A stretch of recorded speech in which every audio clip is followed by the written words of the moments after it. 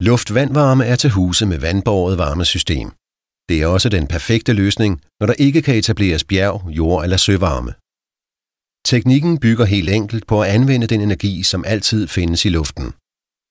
Løsningen giver både en miljøvenlig og økonomisk opvarmning af huset. Metoden virker hele året, selv ved udetemperaturer helt ned til -20 grader. Sådan virker systemet. Selve varmepumpen placeres uden for huset.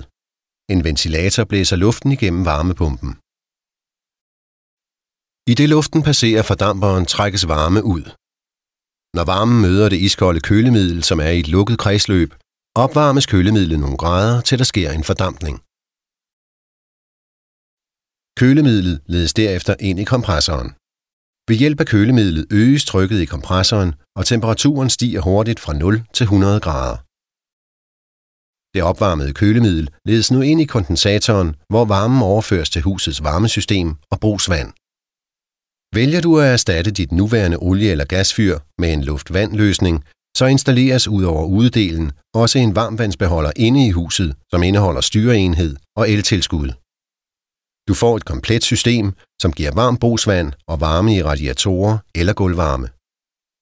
Naturvarme er enkelt og genialt. Ved at installere luft-vandvarme anvender du naturens ressourcer, som er ganske gratis. De få grader, som vi låner fra naturen, dækker hele husets behov for varme og varmt vand. Naturvarme giver dig omgående en besparelse i hverdagen.